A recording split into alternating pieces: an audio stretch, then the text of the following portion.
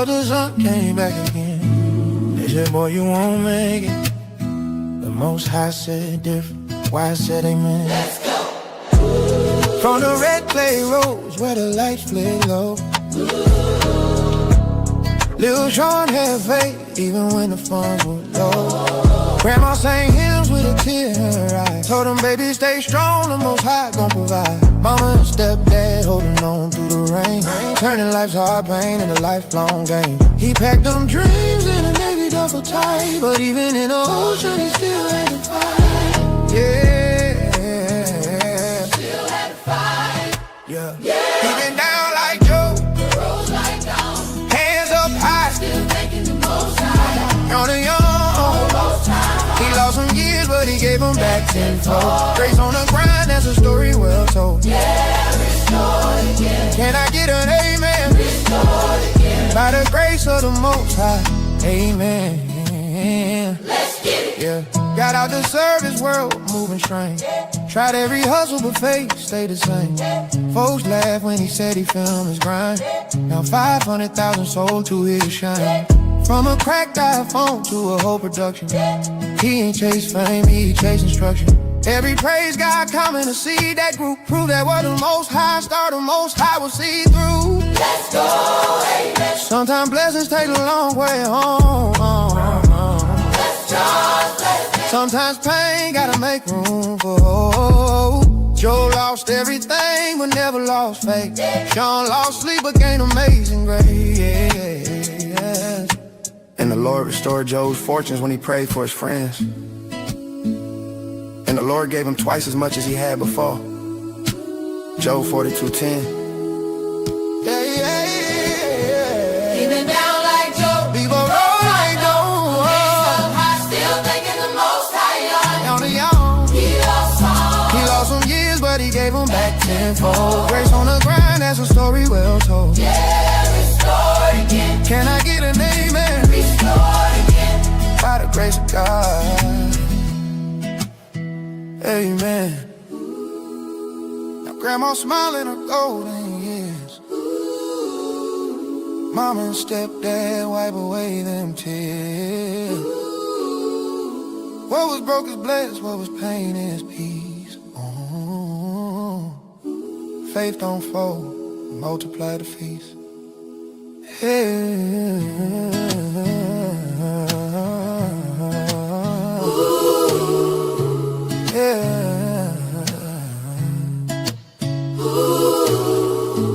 Yeah, restored again. Now that's a righteous perspective. Yeah, restored again. What's going on, everybody? Welcome back to ARP in the morning. I'm your brother Wiseman. I appreciate you guys pulling up this morning on this fine Tuesday morning. I hope all is well. Grace and peace to each and every one of you guys. I hope you guys are doing well. Hope you had a great Monday. Great start to the week. I thought the show went very well. I was extremely busy yesterday. Had a lot going on yesterday. But I still managed to squeeze out about an hour and a half of pickleball. And was really, really happy about that. Really happy about that. But still, a lot going on, man. We had a great mastermind meeting yesterday. Some good people pulled up and we were able to, answer some questions and things of that nature, which was phenomenal. For those of you guys that don't know, content creators and things of that nature out there, we do try to link up at least once a month. I just try to give some insight and answer any questions or, anything, along those lines for those that are, trying to figure out, how to start a podcast or how to get out, in the content creation aspect of things. So I offer myself up, and give people an opportunity to ask questions and things of that nature. So, if there is anybody out there trying to walk this path, trying to get into this lane, shoot me a message. I'll give you the opportunity to be a part of this. You can ask questions, and there's other people, that have been doing this for a while, and they more than happy to impart some wisdom, to tell you their story, some of the struggles that they had early on, to help you, get to wherever it is that you're trying to get to, a little quicker than if you were just out here trying to navigate this on your own. It is awesome. It's awesome to be able to do. But I appreciate you guys, man. I hope all is well. Hope all is well.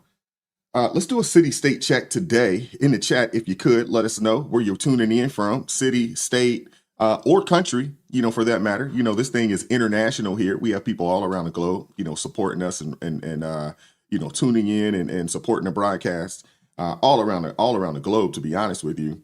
And it's a blessing, man. My grandma is so tickled, when I tell her that, not only do we have people, all across the country, which is phenomenal, from the East Coast to the West and North and South, but, also folks from outside the country, that pull up and, and hang out with us from time to time for a little bit. She is so tickled that is the case. And you would understand it. Like if you knew me from back in the day, especially back when I was a youngin', I was a very introverted individual. Didn't spend a lot of time talking to people. I know it may surprise you because I talk to you guys on a day-to-day basis, but there was a time when I didn't really want to be bothered with people like that. You ask me a question, you get an answer. That's it. Nothing more, nothing less. And so she's just surprised, that here it is, that this kid that they would literally have to, pry me off the game, pry me out my room because I really didn't want to hang around or be bothered with folks. And here I am, speaking to, thousands and, if not millions of people, on a month-to-month basis. She's just extremely tickled behind it, to be honest with you.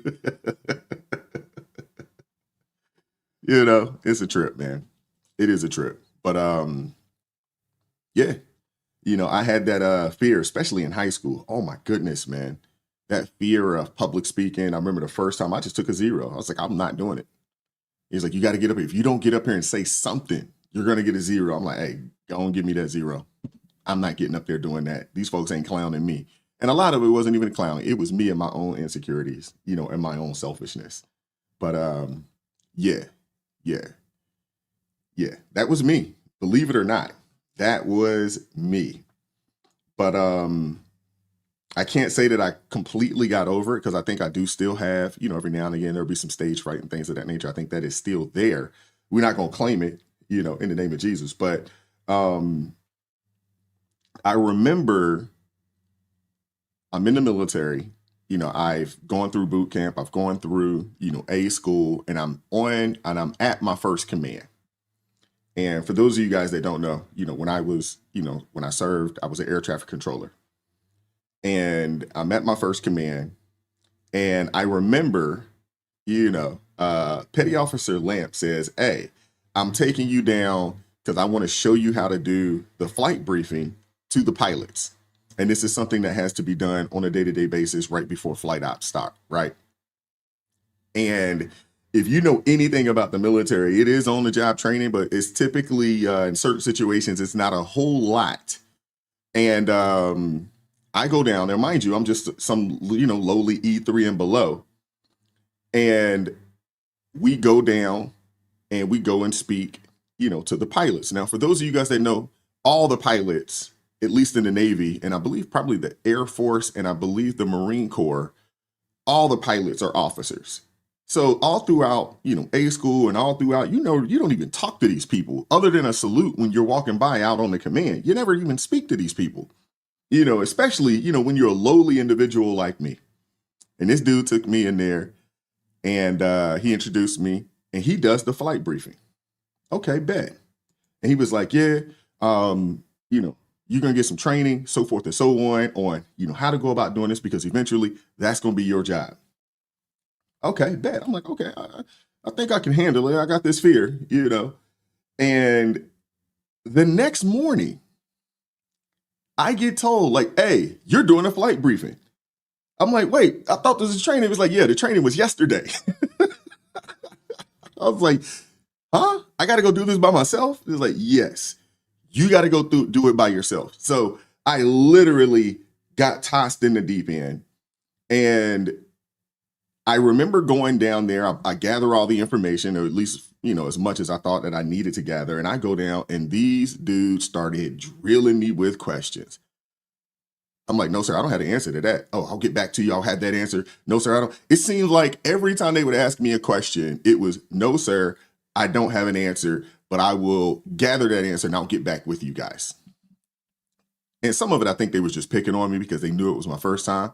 And actually, a lot of it, they were picking on me because it was my first time doing this by myself. And I was new. And they hammered me for every bit of, 30, 45 minutes. Now, mind you, the typical flight briefing is about 15 minutes. It's really quick. You get in there, say what you got to say, answer whatever questions. I didn't have answers. And this thing drug on. And I'm sitting there, I'm sweating like it's nobody's business. Oh my goodness. Tossed me off into the daggone deep end. But I promise you this much. The very next day, because I had to go and do it again, because I go back and they're like, how did it go? I'm like, it was terrible. They're like, guess what? You're doing it tomorrow. I'm like, oh. And what are you going to do? You can't say no. You can't say, nah, I'm not doing that. That's not how this works. That's not how this works in the military. It does not work that way. They tell you doing it, you're doing it, period. Man, but I was prepared. I was over prepared the next time. And I go in there and all the questions that they asked me, I remembered, I had it written down. And the next time I go in that joint, and then before you know it, I just got comfortable doing it. And, but that's my little story, for the day, about me. I think every day, you guys kind of learn a little something, but let me show some love to my folks in the chat. Let me know in the chat, who has a story similar to that? Seriously, little introverted, get tossed off in the deep end. You don't have no choice but to break out the ship. How many of you guys have actually experienced something along those lines? Seriously. I'm not gonna lie to you. Every now and again, when I'm here, because I'm comfortable with you guys, but if I'm, I get invited to other platforms and things of that nature where, I'm not, it's not my thing, and it's not my people. I'm not gonna lie to you, man. I still get a little nervous. Still get a little nervous. Shout out to Hunter, joining the ARP family. Remember, I thought you was an ARP family. Maybe he upgraded the membership. But appreciate you, Hunter. Appreciate you supporting the channel as always. I really appreciate you, brother. God bless you. Shout out to Lori Rapier with the $5 super chat. Says, love the show. Keep the faith, chat. Thank you very much, Lori. I appreciate you supporting the show this morning. Let me show some love to my folks in the chat. Shout out to Hadassah, first person in the chat this morning. Appreciate you. What's up, Malachi? Appreciate you pulling up this morning. I did receive an email from you. I haven't had a chance to respond yet. And I knew you were saying something about 7 o'clock. I got to see what I got going on in the evening, but hopefully we'll be able to make that work. Shout out to you, B. Appreciate you pulling up this morning. What's up, Nanny? How you doing this morning? Appreciate you pulling up. Zephyr K9. So all the blues up in here early this morning. Shout out to you guys. Thank you guys. What's up, Lori Addison? How's it going this morning? Appreciate you. Appreciate you. We got Omega X in the building. Grace and peace to you as well, brother. Appreciate you pulling up. Hope all is well. Hope all is well. You guys in here getting the chat on early this morning. What up, Donald? Got Donald Lovejoy in the building. Ryan Stegon in the building. Shout out to you. Appreciate you pulling up. Hunter coming through. Okay, I see it this morning. Thank you, Hunter, for coming through with the Bible verse for the day. This is from 2 Corinthians chapter 4, verse 18. It says, so we fix our eyes not on what is seen, but on what is unseen. Since what is seen is temporary, but what is unseen is eternal. Amen. I love that. That is awesome. Thank you, Hunter. Appreciate you getting us started off properly. Thank you very much. Appreciate that. That's awesome. Yeah, I don't know what happened yesterday. They kind of shadowed you a little bit, but I'm glad we were able to see it this morning. Thank you guys very much. Thank you very much. Appreciate you. What up, Queen Bee's Art Hive? Appreciate you pulling up this morning. Hope all is well. Thank you very much. Who else we got up in here early this morning? We got a lot of you guys, man. You guys are going in early. Goodness gracious. All right. Got Annie. Appreciate you pulling up. What's going on, Deborah Carver? Appreciate you pulling up this morning as well. Thank you very much. Yeah, what's up, Marla? How you doing? Hey, Ayon, how you doing this morning? It's good to see you. Appreciate you pulling up. What up, Dion? How's it going this morning? Thank you for being number 18. She said, I am 18. You know good and well you ain't 18. It's been a long time since you've been 18. What's up, JJ O'Hara? How you doing this morning? It's good to see you. Appreciate you pulling up this morning. What up, Carol Reyes? How's it going this morning? Appreciate you pulling up. We got D. Suri in the building. Shout out to you. Appreciate you pulling up this morning. Appreciate you. Appreciate you. See who else we got up in here. Got Vicky Ramsey in the building. Shout out to you. Appreciate you pulling up this morning. What up, Nelly? How you doing? Appreciate you pulling up. Appreciate you guys. What's up, Mark Galvin? How's it going this morning? Cool Ramon in the building. What's up, Melissa? How's it going this morning? Appreciate you pulling up. Early morning for you, but thank you for pulling up this morning. We got Kevin Caldwell in the building. Shout out to you. Appreciate you pulling up this morning.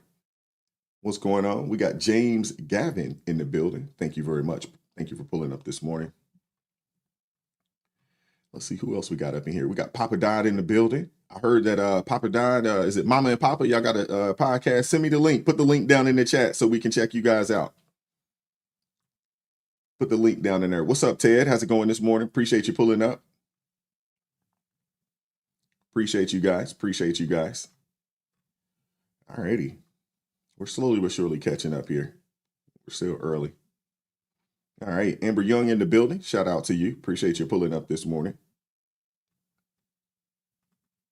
Yeah, you guys down south. If you're down south, I'm sure you guys are getting some cold weather. And a lot of that has to do with the, the pressure coming from the hurricane. You know, there's a hurricane, I believe it was supposed to hit Jamaica, if not today, maybe tomorrow, something along those lines. I hadn't watched the news, and I typically don't watch the news in the morning because it's just so daggone depressing. You want to get your day started off on the wrong foot, go watch the news. Goodness gracious, it's terrible. The local news, that is. Shout out to LJ with the $5 super chat. Says 15p aviation ops. I had to give the flight schedule briefing to flight commander every day, answering questions and standing at parade rest. See, you know what I'm talking about. Now, how was it the first time that you had to do it? Did they give you a couple days of training, or did you get a day like they gave me and just like, hey, you're out there, go figure it out from there? Shout out to LJ. What's up, Jasmine? How you doing? It's good to see you this morning. Appreciate you pulling up. Oh, man. Leave it to the military, man. Just toss you out there. They don't care. Figure it out. What's up, Toy Mafia? We got Delinda House in the building. Shout out to you. Appreciate you pulling up this morning. Appreciate you. Hey, Angela Montgomery. How you doing this morning? It's good to see you. Hopefully you've already gotten out there to vote. Got that early vote out there. Hopefully that's happening up there in New Jersey. Appreciate you guys. What's up, Chester? How's it going, man? It's good to see you. Appreciate you pulling up this morning. All right. Who else we got up in here? All right. Billy W in the building. Okie Angel in the building. Appreciate you pulling up this morning. Thank you all. And please remember to hit that like button for me if you have not done so already. Please hit the like button. All right. What's up, Cherry? How's it going this morning? Appreciate you. Appreciate you. We got, is it Corrine Easley? Appreciate you pulling up this morning as well. Appreciate you guys. Thank you very much. Delinda House. Appreciate you pulling up this morning.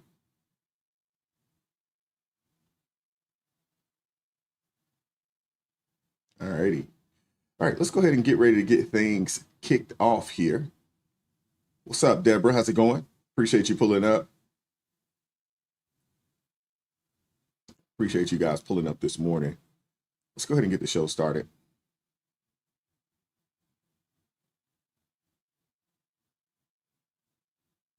Oh, thanks, Annie. I appreciate that.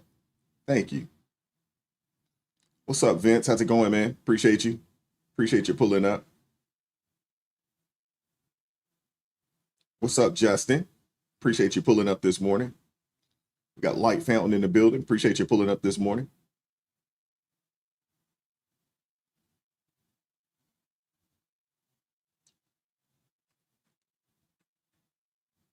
All righty. What's up, Corey Davis? Appreciate you. What's up, Playboy Billy? Good to see you. What up, Spaces? It's good to see you, brother. Appreciate you pulling up this morning. What are your thoughts on the NAACP endorsing? We're not going to talk about that today. I did talk about it yesterday, in a separate video. But what are your thoughts? I want to hear from you guys in the chat. What are your thoughts on the NAACP endorsing Spanberger over Winsome Errol Sears. What are your thoughts on that? Can we officially say that the NAACP is cooked? I mean, they've been cooked for a long time. I mean, I don't think anybody's paying them much attention, anymore. But can we just officially say that the NAACP is only standing for liberal folks? That's it. That's it. Can we just call them what they are? They are an organization that supports the liberal agenda. Same with the Urban League. Can we just go ahead and just call that out now? Can we officially just say, hey, these people are, they're basically useless at this point? I mean, come on, man. I mean, I'm not surprised, to be honest with you. I'm not surprised at all. And we shouldn't be surprised, right? Yeah, you're absolutely right, Lindy. A liberal tool. So we shouldn't be surprised. I guess we shouldn't be disappointed, at all. I mean, I wasn't disappointed, nor was I surprised when I saw it, because it was to be expected. These people are out there solely to support the Democrat Party. That's it. I think they've always been that. They've always been that. Just another propaganda arm for the DNC. Seriously. Thank you, Ashley, for joining the ARP family. Thank you very much. I appreciate you supporting the channel and supporting me and what we're doing over here at ARP. Thank you. God bless you, sister. Yeah, it's crazy. But we shouldn't be surprised, honestly. We shouldn't be surprised. No different than, when you look at, 75, maybe 80% of your, churches that are, ran and operated by Black folks, most of them are going to vote liberal as well. They're going to support liberal. So it wouldn't surprise me one bit that you're going to have a plethora of, Black preachers out there in Virginia coming out stomping for Spanberger. It's crazy. But I'm a firm believer that, when people show you who they are, you got to believe them. You have to believe them. Yeah, it's crazy. But let's get into the show. Let's get into the show. Hit the like button for me if you haven't done so already. Thank you for those that have joined the ARP family this morning. Thank you guys very much. I really appreciate you guys supporting the channel. And, thank you guys. Thank you guys very much for supporting what we got going over here. Shout out to the brother Spaces with the $2 super chat. Says, one more day until Wise Day nights. Yeah, that's going to be interesting. I already got at least one subject that I want to discuss. If there are some things that you guys see that is out there, shoot it to me. And I got to say this. I got to put this out here. You got to send me the source content. Don't send it to me like, hey, somebody else covered this and just send me their video. You got to go find wherever it is that they found the video, whether it's on X or TikTok or wherever. Send that to me. If you could, if you guys, would like to see something or see something that, that we should discuss here on the channel, whether it's, me by myself or, with those of us that pull up and have a really good time on Wednesday evenings or, with the panel show that happens, on Friday mornings. Yeah, send it over to me. Yeah, send it over to me. Yeah, I don't like to do reactions of reactions. I try my best not to. So if you could find the actual source content, please send it over. It makes my life a lot easier. It really does. But hit that like button for me. Share the stream if you haven't done so already. Shout out to all my folks on X. I got 5 people right now on X that has pulled up and watching the show. Shout out to you guys, man. Thank you guys very much. And shout out to the singular individual that we have on Twitch watching the show this morning. Thank you guys very much. Or thank you very much as well for supporting what we're doing over here, man. Appreciate you. Appreciate you. All righty. Without further ado, let's get things going, man.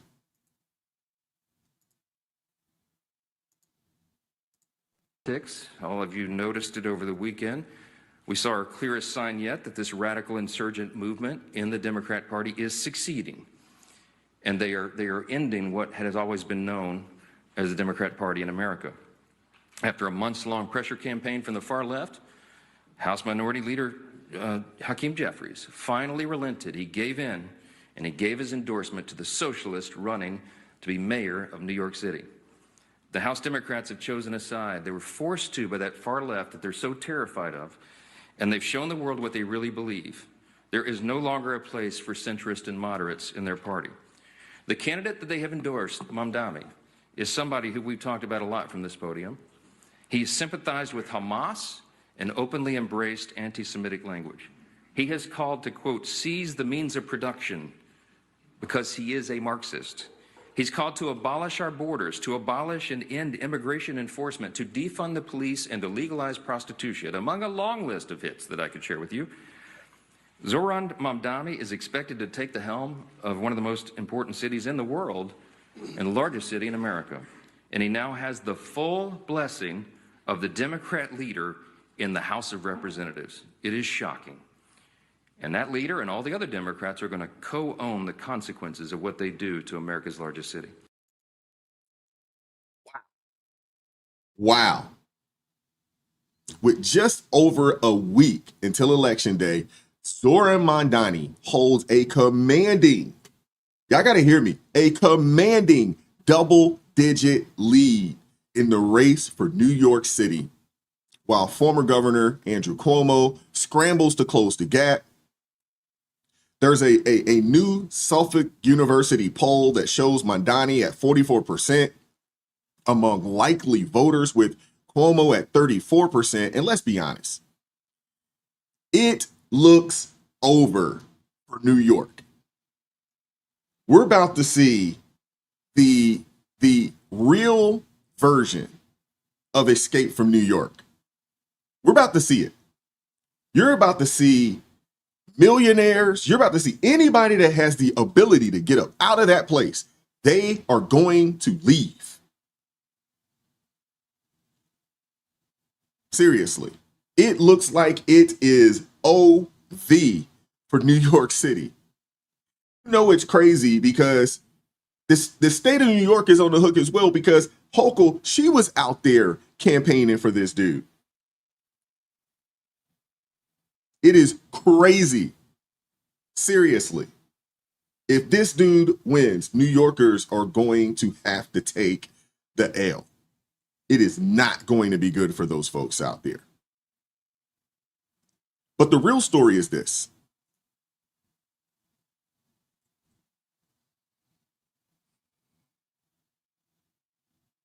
But the real story is what Mamdani's rise really says about where the Democratic Party is today.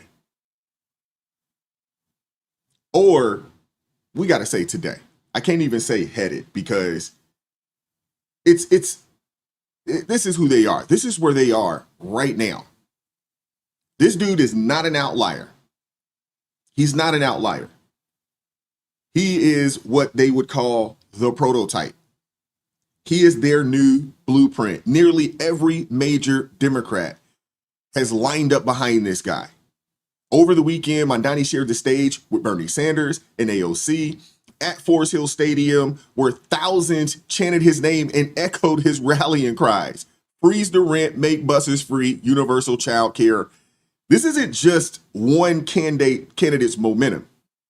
This is the new face of the Democratic Party. This is the new face of the Democratic Party. Wow, unbelievable. To bring every last voter into this movement. So when you leave this rally, get your phones out, text your friends, call your co-workers, get on that family thread, hell, call that ex. Yeah, I mean it, call that ex. Because this moment is too important for you not to. City was built by the Irish escaping famine, Italians fleeing fascism, Jews escaping Holocaust, Black Americans fleeing slavery and Jim Crow, Latinos seeking a better life, Native people standing for themselves, Asian Americans coming together in Queens, in Brooklyn, in the Bronx, in Manhattan, in Staten Island, in this country, in a vision to build and greatest city on earth.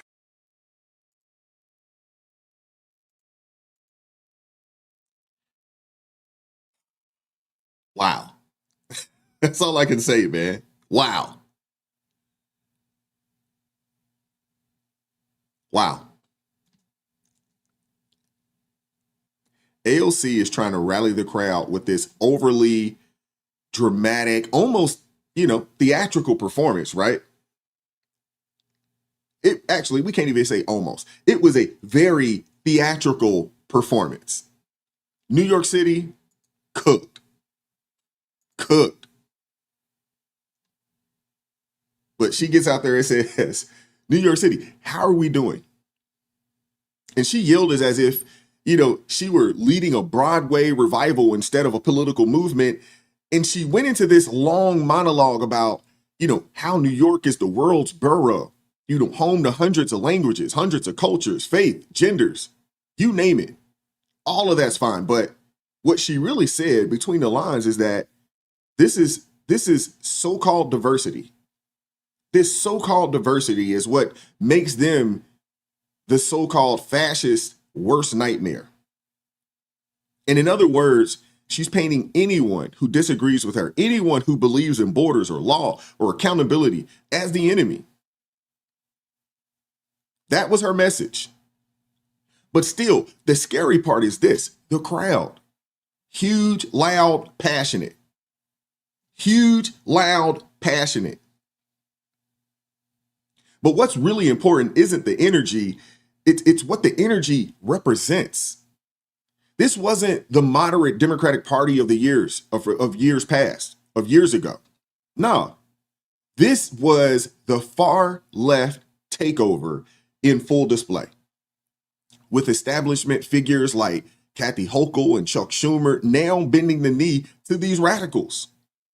They know they can't pull a crowd like that, so they're hitching themselves to the socialist train. You even had Hochul on stage. I said it earlier. Hochul was on stage practically admitting, hey, we got to get on board with this socialist agenda or we're going to be left behind. This lady got on there and said that Zoran Mondani represents the future of the Democratic Party and is the one who can take back America. Unbelievable. And take it into 26 so that we can take back the House of Representatives, take the Senate, and take back our country. I care how we will. Elect Zoran, we take back America. Thank you, Queens. Thank you, New York. I love you guys.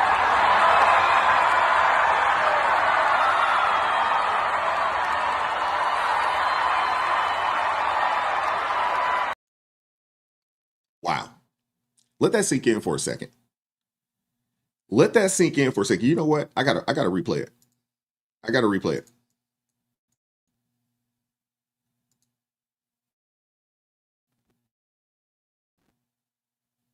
Passion and take it into 26 so that we can take back the House of Representatives, take the Senate, and take back our country. I care how we will. Elect Zoran, we take back America. Thank you, Queens. Thank you, New York. I love you guys.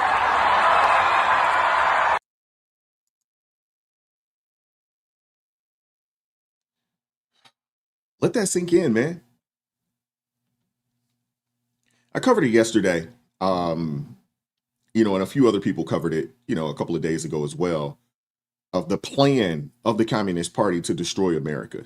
I don't know if you guys had a chance or an opportunity to see or listen to, that video, and I almost feel like I should play it today, honestly. I almost feel like it should be played today. Seriously. So many people, talk about, the enemy at the gate, the barbarians at the gate. Nah, they're here. They are here. The enemy is within. They're here already. They've infiltrated the schools. They've infiltrated the churches. They've infiltrated, Congress.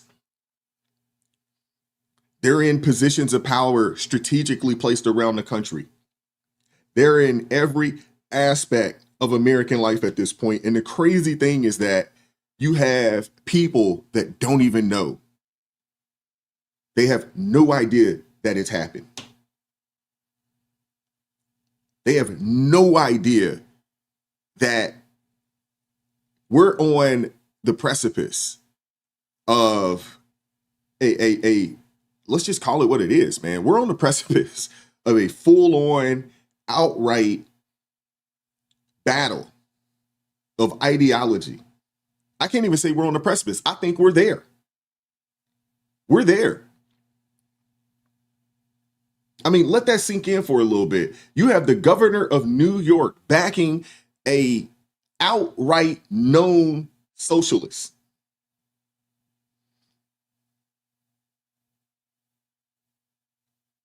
This is the governor of a major U.S. state.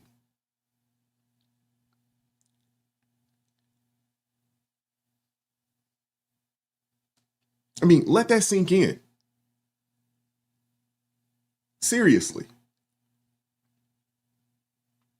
How many people do you think are still out there with their head in the sand that have no idea what's going on? They have no idea that this is going on.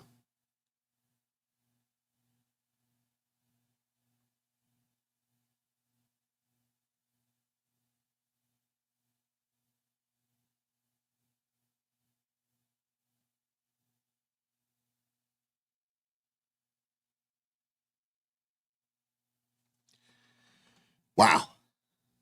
A socialist candidate for New York City is being promoted as the model for how Democrats win nationally. That's how far they've drifted. That's where we are in the United States in 2025.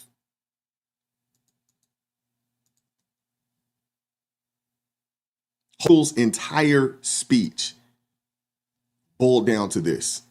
When we get hit, we hit harder. But fighting back for what? They're fighting for corruption. They're fighting for socialism, for failed leadership. Because that's what the Democrats have turned into. Defending failure and radicalism under the guise of resistance. And now you have Hakeem Jeffries, Timu Barack Obama, who waited until the last possible moment to endorse Mondani. He was asked about this on Face the Nation, and they asked him, hey, why wait so long to endorse this guy? And his response, you know what? Let's take a look at it. Waited until this Friday, the day before early voting began, to endorse the Democratic Socialist candidate Zoran Mamdani. Why did you wait so long? As I indicated, last several weeks, we've been immersed in the intensity around the government shutdown and the run-up to that in advance of September 30th and the expiration of the fiscal year. But I support the Democratic nominee, as I indicated, and we're in alignment in terms of the issue related to affordability and the need to address it decisively for the city of New York. And of course, affordability is an issue for people all across the country. From a public safety standpoint, I supported the notion that he would retain Police Commissioner Jessica Tisch to continue to lead the NYPD forward. That's incredibly important from a public safety standpoint for every community, including, as a high priority, the safety and security of the Jewish community. And in terms of the moment that we find ourselves in, Donald Trump represents an existential threat to the city of New York and beyond because of the extreme assault that has taken place throughout this year on the economy, on healthcare, on farmers, on veterans, on law-abiding immigrant communities, on due process, on the rule of law, and of course on the American way of life itself. And we all, as Americans, are going to have to be aligned in pushing back so we can end this national nightmare that Donald Trump has visited upon the American people. So basically what he said is, I waited to endorse him until it was safe. And because Trump bad. Simple as that. That's all of that. All of the word salad was, I waited to endorse him until it was safe. And because Orange Man bad, Trump bad. That's all they have. That's all they have. That's basically what Jeffrey said. We just summed it up, right? We just summed it up in one sentence. It's safe to do so now, and Trump is bad. That's basically what Jeffrey said. I mean, come on, man. Cut it out. Give me a break with the Mamdani's so-called affordability pitch. I mean, it is a joke.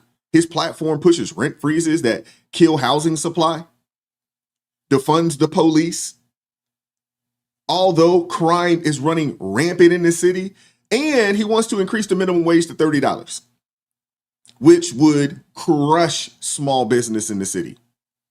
And it's going to cause a lot of people to be without jobs in the city. How many businesses do you think are going to leave? 300 have already dipped. 300 businesses have already left New York City. How many people are going to be shutting it down and saying, "Nah, we up out of here before the end of the year"? How many people, how many businesses are going to say, "Nah, we can't operate here"? Even Jeffrey's reluctancy to endorse shows how extreme Mamdani actually is. But the Democrat Party, the weak, spineless individuals that they are, the evil, wicked individuals that they are, they caved anyway because Mamdani's selling the same socialist fantasy. Rent freezes, free childcare, free transit, and endless government housing. Basically, free. Free. And more free. It sounds great until you realize none of it's free. And it comes out of your pocket through higher taxes, fewer jobs, and shuttered businesses. I mean, it's the same utopian nonsense that's wrecked economies in the past. But people cheer because it feels good to blame the rich instead of facing reality. That's the real power of socialism. It sells victimhood. It doesn't just promote it, it sells victimhood as empowerment. While according to the New York Post, its champions fly to their fight the oligarchy rallies in private jets. I mean, come on, man. The same people telling you we got to fight the oligarchy, they are the oligarchy. They are that. They are the wealthy. They are the elite.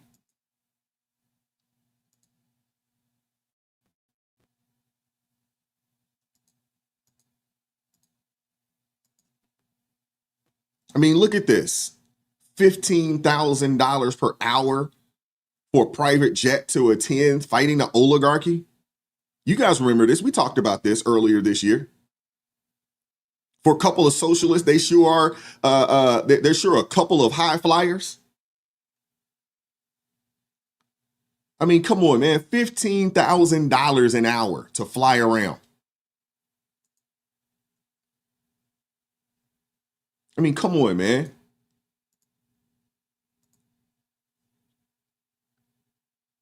A $15,000 an hour private jet to fly around and say, "Hey, we got to fight the oligarchy." Like these people aren't multimillionaires. Multimillionaires. And here's the truth that the media will not touch when it comes to Zoran Mamdani. Here's the truth. And I got to say, mainstream media, that is. Zoran Mamdani's biggest support doesn't come from lifelong New Yorkers or the working class. His base is largely foreign-born voters, a black Democrats court with promises of open borders and government dependency. Among native-born New Yorkers, Mamdani's support hovers in the low 30s. Among foreign-born voters, though, he's over 60% in support. And that's why Democrats push unchecked immigration, not compassion, it's not about compassion. It's about control because, New York has become basically the test lab. This is where they're going to experiment to see if this socialism situation is going to, be implemented. We know it's not going to work, but, this is the test lab. A socialist experiment dressed up as progress. Hey, they are about to tax these folks into oblivion. The regulations are going to be insufferable. and innovation is going to vanish. The European model that they idolize, but these people, the elites, they don't want to live up under it. These are the same people that would rather remake America into something that's never worked anywhere else. Think about this. This has been tried. This has been tried in a multitude of places around the world. It has never worked. Now, you'll get some young person out there that went to college and they got this degree or master's degree or whatever the case, and tell you that, hey, socialism will work. It's just never been implemented properly. Socialism will work. It's never been implemented properly. That's what a lot of these little young whippersnappers will tell you. I just don't, to me, it makes absolutely no sense. There have been it's not just one sample size. There's a plethora of countries that have tried to implement this. They all failed. They all failed. They all ran the country into the ground. Businesses went out of business. People are homeless. People were destitute. People were jobless.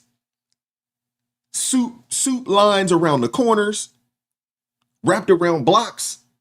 It has never worked. But this is the radicalism that now defined the Democratic Party. And moderates like Hochul, they have basically bent the knee. They've bent the knee. They have surrendered to the far left. They're done. When they get to a point where they're backing socialist candidates because they're terrified of being primaried, this is a disastrous thing for the country. But ironically, it can be a gift to Republicans. It can be, because the more Democrats embrace socialism, the more Americans wake up and reject it. Still, I mean, it's shocking that it's shocking that in what was once the world's greatest city, the heartbeat of American grit, it's shocking that they've fallen this low.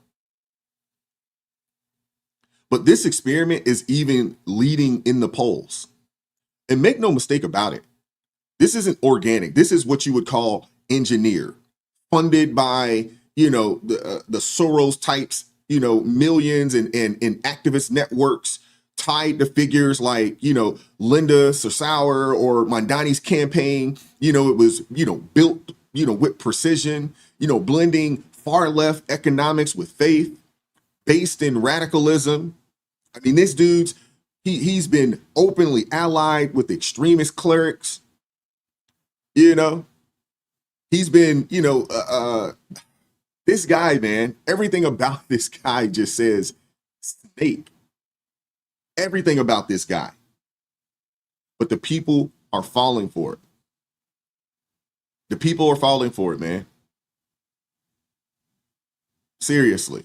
I mean, this dude's called some pretty shady people pillars of the community. And a lot of the people that back up, man, they just shrug off the backlash, just like they always do. This is not a grassroots movement. It's not. This is a coordinated movement to mainstream anti-police rhetoric, wreck the housing markets, and paint America as the villain. And if this Mondani character wins, which is looking like he is, it's not just going to be New York's wake-up call. This is going to be the left's national blueprint. But here's the silver lining. The sunlight still works. The more this machine is exposed, the faster it collapses. All the folks up in New York, man, I would say get out there and vote like your city's soul depends on it, because it does. It absolutely does. And we're in a place right now in America, and it's not just New York City. You look at what's going on in Virginia, you look at what's going on in New Jersey, you look at what's going on out in California. This is a true fight against good and evil. Those who are on the side of righteousness, and those that are on the side of wickedness. That's what this is really about. That's what this is really about, man. And there are so many people looking for somebody to come and save them. They're looking for a savior. They're looking for something for nothing. And how many times have people told you there's nothing out here for free? Anything worth having is worth working for. Anybody that's coming to you telling you that they got all this free stuff for you, I promise you they don't mean you any good. They don't.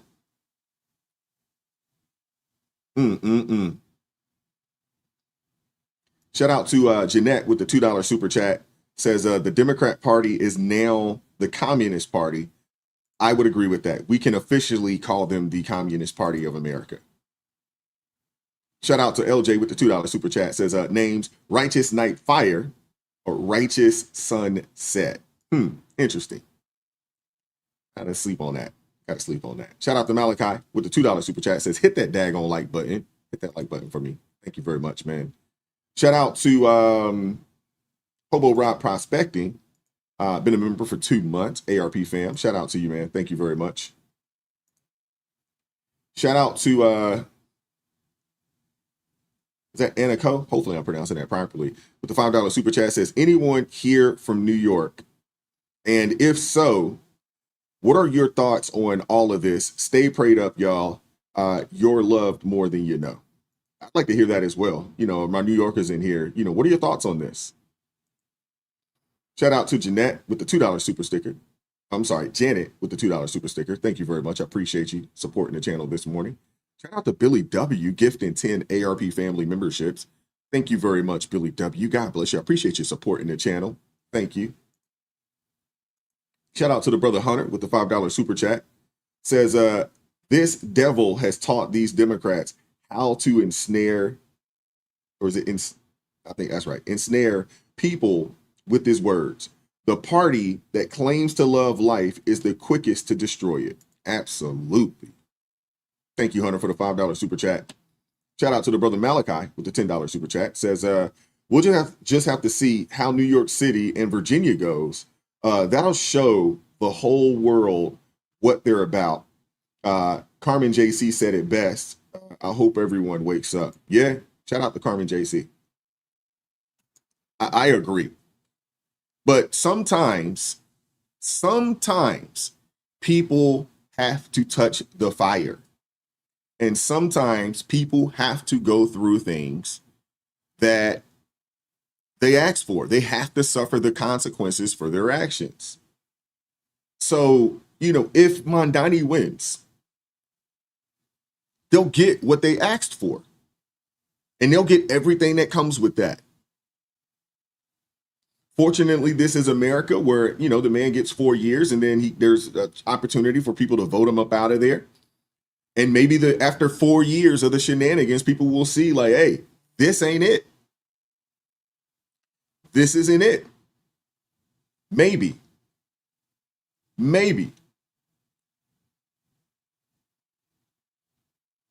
You know, I know somebody had mentioned something along the lines of, you know, if God wanted to, you know, I think protect these people, and I may be paraphrasing that he can, and that's absolutely right. But God don't typically overstep his bounds. You know, so if you got a lot of people that are asking for the devil, God gonna leave them to the devil. He'll leave them in their reprobate mind until they come out of it and say, hey, God, we need you. Shout out to Terry Cisco with the $5 super chat.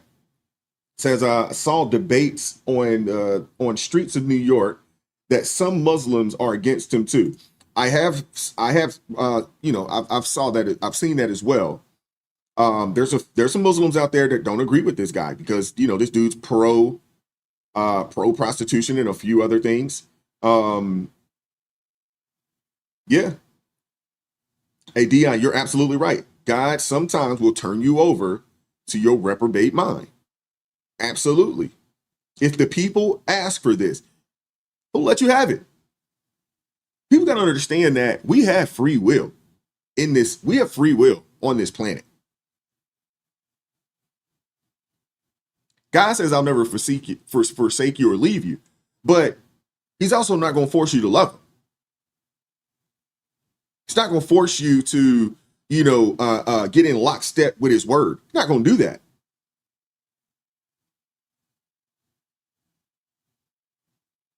We can pray for New York all that we want, but the people that live there, if they want that, if they want it, got to give it to them. He'll let them have it. And again, I'm one of those kind of people, sometimes people got to touch the fire. I'm not going to lie to you. I was one of those kids. You could tell me something, I got to go see it for myself. And I got to suffer the consequences for it, because that's just the kind of individual I was back in the day. The word says a wise man learns from the mistakes of others, but a fool has to learn from their own mistakes. The word tells you that. So how many people up there, we can say it all day, hey, what this dude wants to do, it's not going to work. It's never worked anywhere. This socialist movement, it's never worked anywhere on the globe. It's never worked anywhere. But some people have to go touch the fire. They got to go see. Some people got to go see it. It's unfortunate, but it is what it is.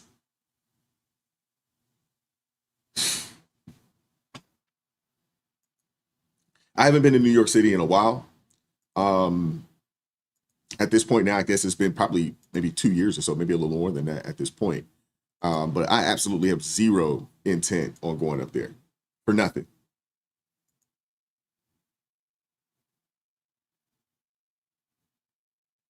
Yeah.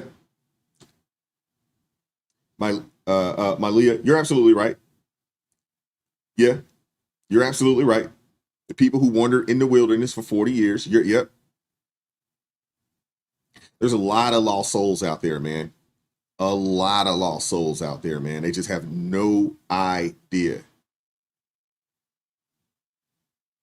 I'm not saying that all New Yorkers want this.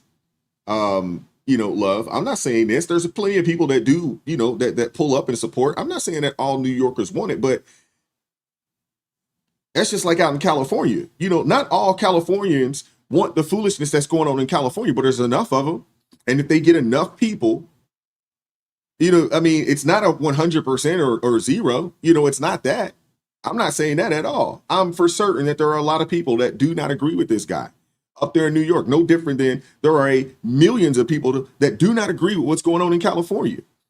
But they don't have the power and they don't have the pull in the state, you know what I'm saying, to actually stop what's happening from happening.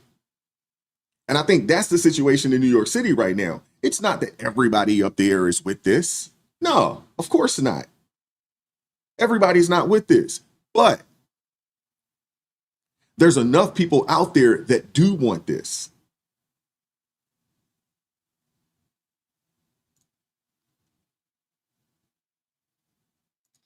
Shout out to LJ with the $10 super chat. Says, in the last days, God is playing 3-dimensional chess. Pray don't worry. Absolutely. Yeah. I don't want anybody to misconstrue anything that I've said thus far in reference to New York City. I know for sure everybody in New York City is not on board with this foolishness. I know that. But for this guy to be leading double digits, I think Spacey said that this dude is leading by like 30% in the polls. Hey, that's a lot of people that are on board with this. And just because you're not on board with it, because you live in the city, you're going to have to deal with this if you continue to live in the city.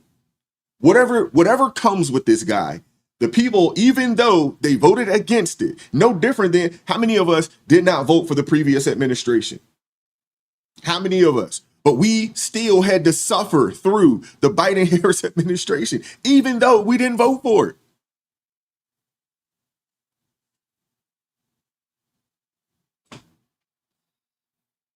I want to pull Lori up here. Oh, is it Love? I'm sorry about that.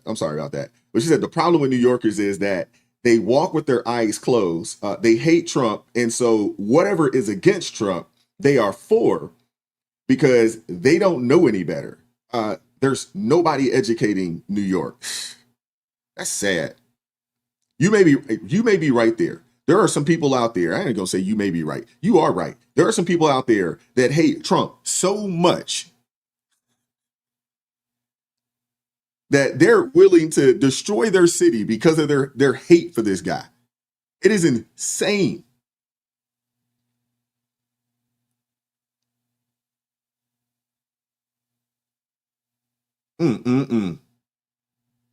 Soul Driver, you're right. If you let someone talk long enough, they will show you who they are. They will.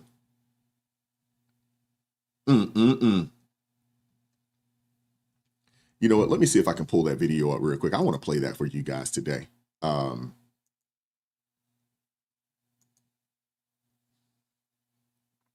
me see if I can pull it up real fast. I won't hold on to you guys too long, but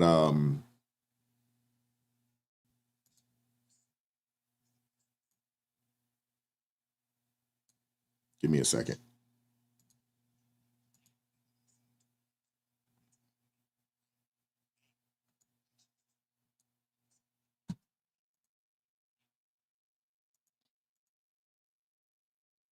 Let me see if I can share this real quick.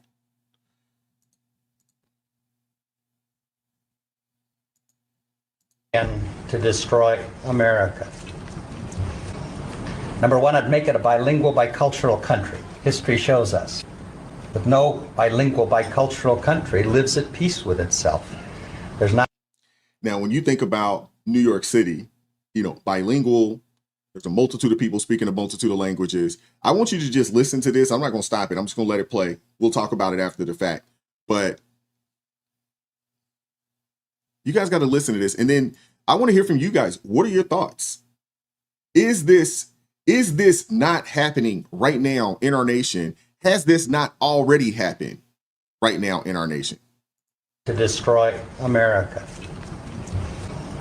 Number one, I'd make it a bilingual, bicultural country. History shows us that no bilingual, bicultural country lives at peace with itself.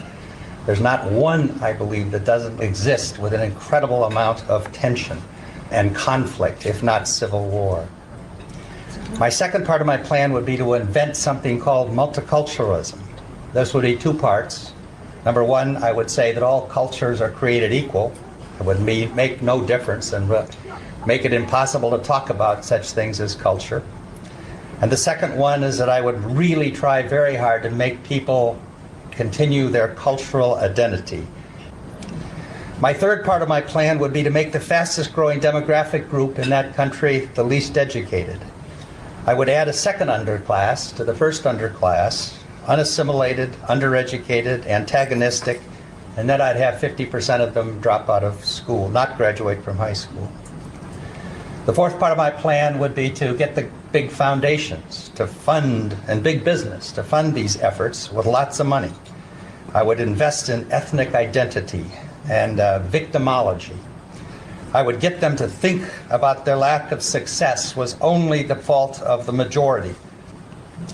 The fifth part of my plan is I would develop dual citizenship. I would promise people actually divided loyalties. The sixth part, and this is important, I would place all of these subjects off limits. I would make it taboo to talk about, actually, or criticize this whole thing. I would make it come up with a word like heretic used to be 200 years ago. Let's say we call it racist. And I would try to accuse anybody of this that would object to my ideas. My seventh part, then, I would make it impossible to enforce our immigration laws. I would develop a mantra, let's call it this, that because immigration has been good in the past for America, it will continue to be good in the future. Is that not what's going on right now?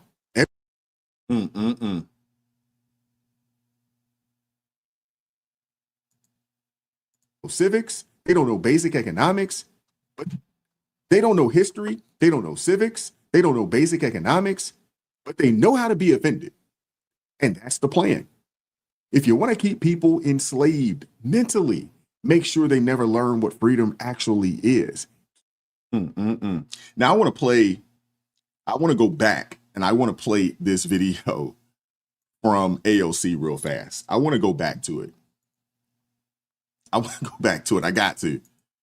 And everything that we just listened to from Dick Lamb, everything that we just listened to.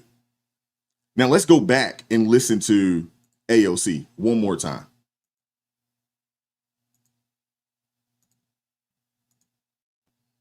City was built by the Irish escaping famine. City was built by the Irish escaping famine, Italians fleeing fascism, Jews escaping Holocaust, Black Americans fleeing slavery and Jim Crow, Latinos seeking a better life, Native people standing for themselves, Asian Americans coming together in Queens, in Brooklyn, in the Bronx, in Manhattan, in Staten Island, in this country, in a vision to build the freest, toughest, and greatest city on earth.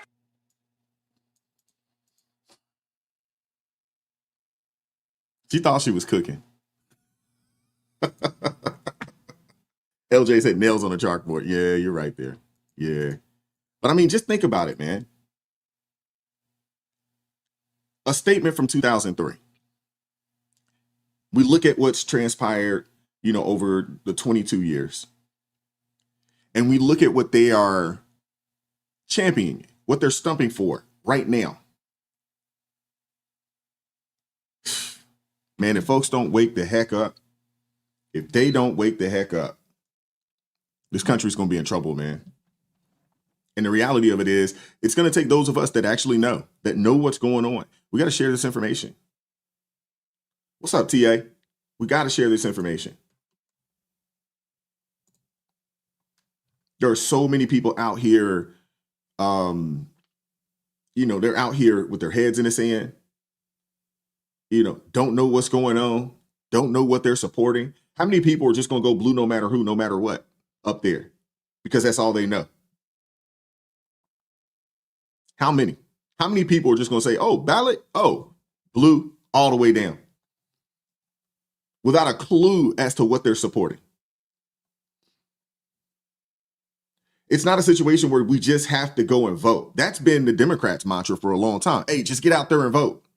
And then when you get out there and get that ballot, blue no matter who. That can't be the case. It can't just be get out there and vote. Nah, you need to take the time to do the research, do your due diligence, get an understanding of who these people are, what they're supporting, what they want to do, and then make a decision. Don't just get out there and just vote for the sake to say, oh, well, I voted. That's like going to church but not cracking your Bible open. Not paying attention when you got there. What was the sermon about? I don't know, but I went. Pull your ballot out. You vote for the guy. Why'd you vote for the guy? I don't know. He's a Democrat. That's it. That's it. That's all you have.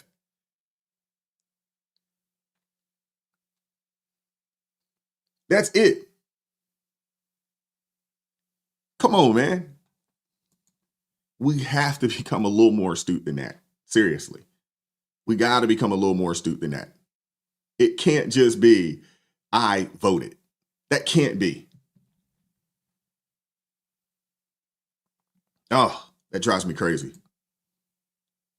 People that just check boxes.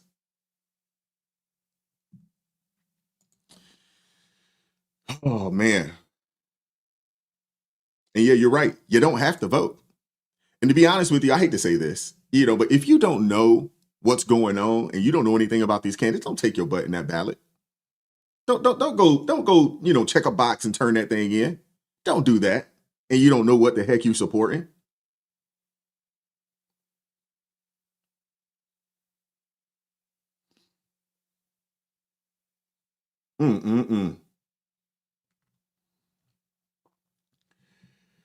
Whew. Wow. It's frustrating, man. It really is. It's frustrating. I want to keep it moving. I want to keep it moving. We don't beat on that enough. We beat on it enough. But, while the far left turns, New York city into a socialist sandbox. You know, they're offering the free buses and the rent freezes and so forth and so on. You got Democrats in DC that are facing a full-blown identity crisis. You know, as the Mamdani crowd, you know, chants for utopia in Queens, congressional Democrats are digging in on the shutdown fight, desperate to protect their sacred cows, bloated SNAP programs, union payoffs, and bureaucratic handouts, even if it means hurting the very people that they claim to fight for. And I gotta say it, those people are furious. More and more people are starting to wake up, but I just don't think, in my opinion, it's not happening fast enough. It's not happening fast enough for me. You know, I like things to move at a rapid rate. That's just me, though. Tell y'all straight up like this, I just got that There may be some language in here. I'm sorry. text that the link is definitely cut the fuck off for November. Y'all better stay the fuck out of my way in these stores. I'm walking out with carts and I'm not paying for shit. I gotta stop it and ask, why do people feel like it is okay to jump on this internet and tell people that they're about to commit crimes?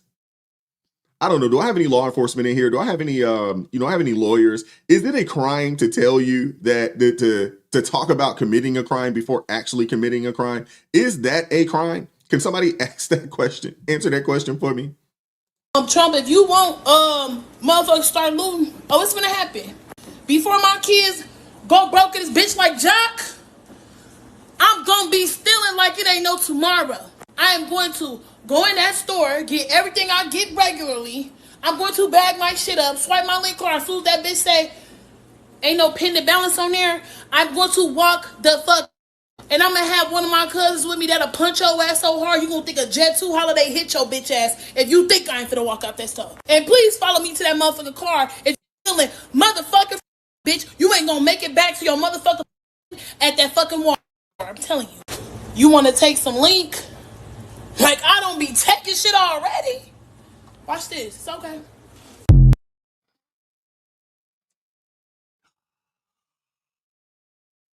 I'm sorry, guys.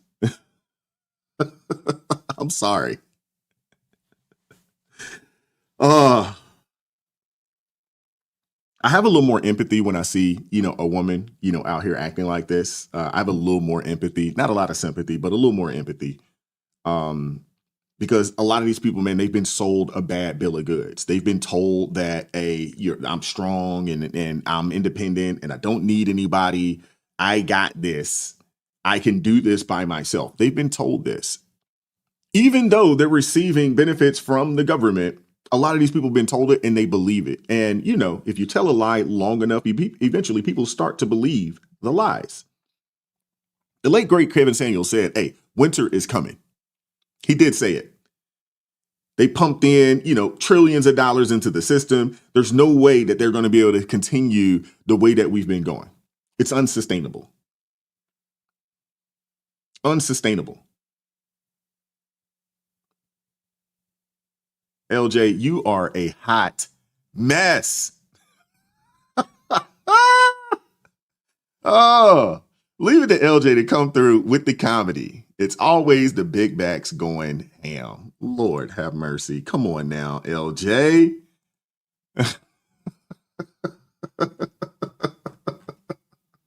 You a mess. Oh, man. Yo, you are a mess, man. Wow.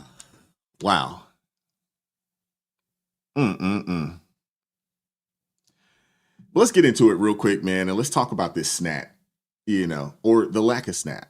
As agencies post shutdown contingency notices, the bottom line warning many families are staring at is brutally simple. If Washington doesn't reopen the government, SNAP dollars don't reload on November 1st. So what does that mean?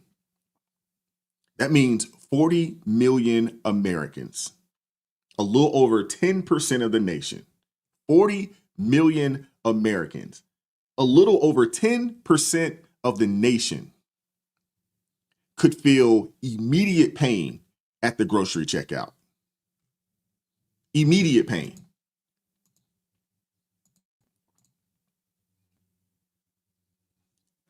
I want you guys to see this because the fact that 40 million Americans are on SNAP benefits is mind-blowing on its own. 40 million Americans. That's just, it's just mind-blowing. And you can already hear the political spin on this. You got one side, blaming the other. Someone drops the word leverage and the cable news crowd scrambles for a viral soundbite. But here's the hard truth. When those benefits stall, nobody at the kitchen table cares about partisan scorekeeping. Nobody cares. How many of you guys realized or knew that 40 million people were receiving SNAP benefits? How many of you guys realized that? Who thought it was more than 40 million? Who thought it was less than 40 million? I was mind blown when I saw $40 million the other day. I knew there was a good amount of people that were on it, but I'm like, 40 million people? Steve said he thought it was more. Interesting. I didn't think it was 40 million. I thought it was a lot less. I figured maybe there's, 15, 20 million people, receiving these benefits. That was my thoughts. To hear 40 million is it's a baffling number to me. But the reality of it is that no one cares about the scorekeeping from either party. No one cares. When you're sitting down and you realize, hey, I don't know if we're going to be able to get some food because this card ain't going, this card's not going to reload. People out there count dollars, not talking points. No deposit on the first means no food. And we're already seeing the fallout. Food banks, stretched thin, shelves emptying, and lines getting longer by the day. This is real. Federal workers waiting in long lines at this food bank in southern Maryland. I would have never thought in a million years that I would have been in this position to have to go to a food bank. Denise Blake says she drove over an hour to get here. When she finally arrived, they had run out of food. We have a cart ready for you out front. Fortunately, she did not leave empty-handed, but she still faces the harsh reality of not knowing how she's going to feed her family while she's not getting paid during the government shutdown. I don't want my daughter to see me crying. Blake's story is like so many others who are waiting to get paid as Congress stalls to pass a new spending plan. I haven't gotten a paycheck this month, so the free groceries is very important, very helpful. More than 1 million federal workers are not receiving pay right now. Many missed their first full paycheck Friday, while others will feel the loss early next week, depending on the agency.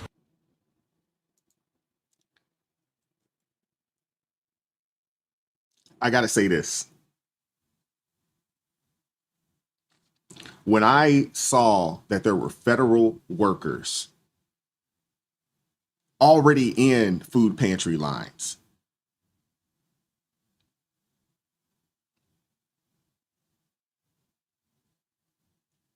that in itself made me understand how fiscally irresponsible a lot of Americans are with their resources. I saw a study a while back that said that, I think the number was, I want to say the number was maybe 40% of Americans who made $100,000 or more were living paycheck to paycheck. And there are a lot of people out there, and that was just the people that made $100,000 a year. That didn't even talk about the people that made the median, right? That made the median, income of $57,000 a year or so. You got a lot of people out there living above their means, with no savings. Now, there was a study that came out some years back that said that, the average American, I think it was like 90% of Americans, I could be off on that number, didn't have $1,000 to get to. They didn't have $1,000 to get to, in case of an emergency. And that was if the emergency was $1,000. And they said the number was somewhere around, it was like over 50% or 60% of Americans didn't have $400 to get to in their savings account if they needed to, if there was an emergency that popped up. They didn't have $400 in their account. And that study came out some years back. I remember, talking to my friends, about it. And I was like, man, do y'all believe this? Do y'all believe it? In the wealthiest nation in the world, financial wise, if you live in America and you're in the middle class or higher, you're a top 1%er in the world. You're a top 1%er. And to hear that people that have been working for the federal government for years, y'all miss one paycheck. And I don't say this to disparage those people. I'm not saying this to disparage those people. I'm not saying this to talk bad about them, but you missed one paycheck and you're already at the food pantry line. One paycheck. You don't have a month's worth of bill money put up for an emergency. Especially when you work for the federal government, when you know that they've known to have shutdowns. This isn't the first time that this has happened. How do you not prepare? The last one we had was 35 days, or not the last one. The longest one was 35 days, it was a little over a month. How anybody that was working for the federal government at that time didn't see like, hey, this could happen again. I just, my heart breaks for these people to an extent because it's sad that, hey, you've been working all this time and you don't have any money and you miss one paycheck and you're immediately at the food banks. But at the same time, I have to call out the fiscal irresponsibility of Americans. A lot of us are living entirely too high on the hog. A lot of us. We're living in houses that are way too expensive. We're buying cars that we shouldn't buy with car notes that are insane. I'm sure you guys have seen it. People paying, $700, $800, $900, $1,000 a month for a car. Y'all seen it?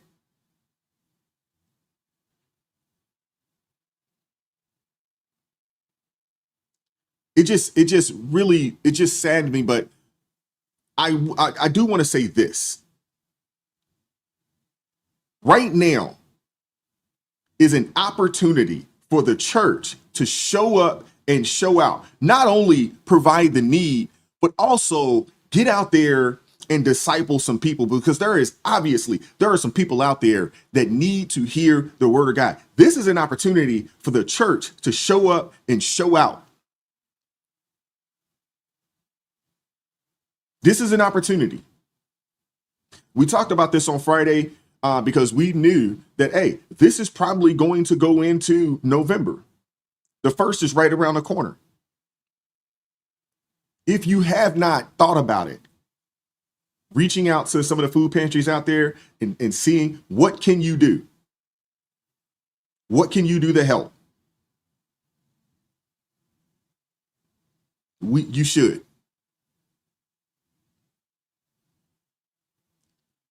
Federal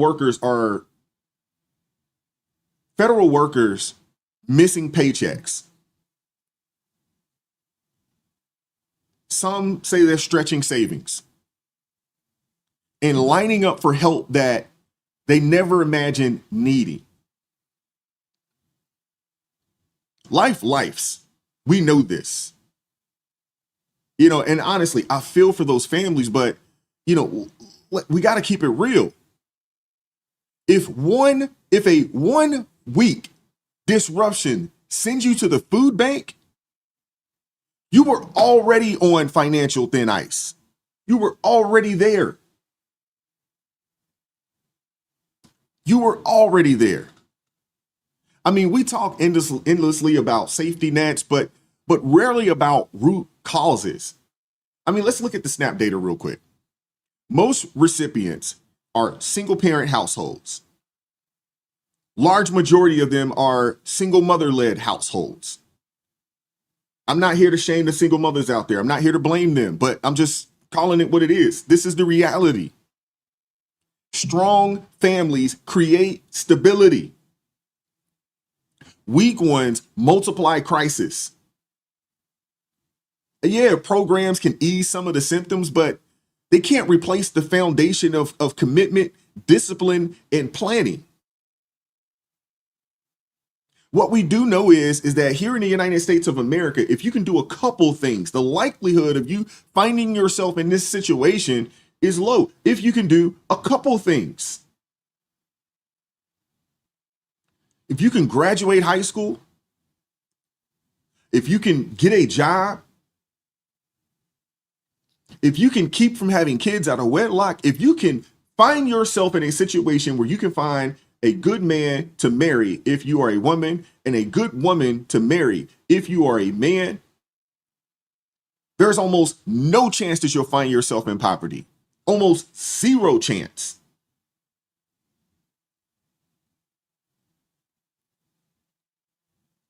I agree with you. One check away from the food bank. Yes, it is time for financial classes. Absolutely. So many people are so fiscally irresponsible.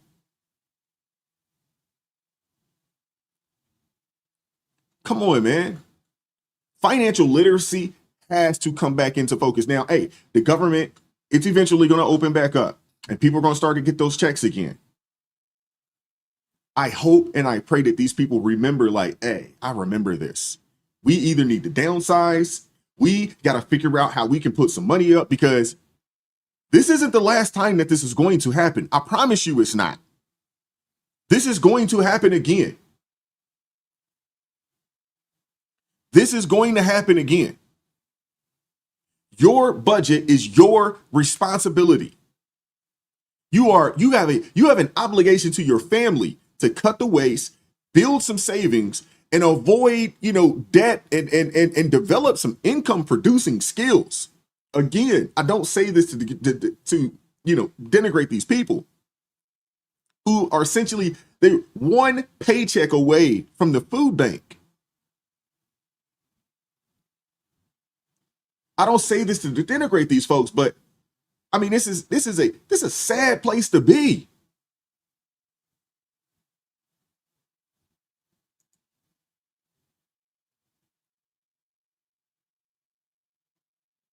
Thank you, Carter, for the $5 super chat. Says, if there is 40 million on SNAP, who is the other 25 million?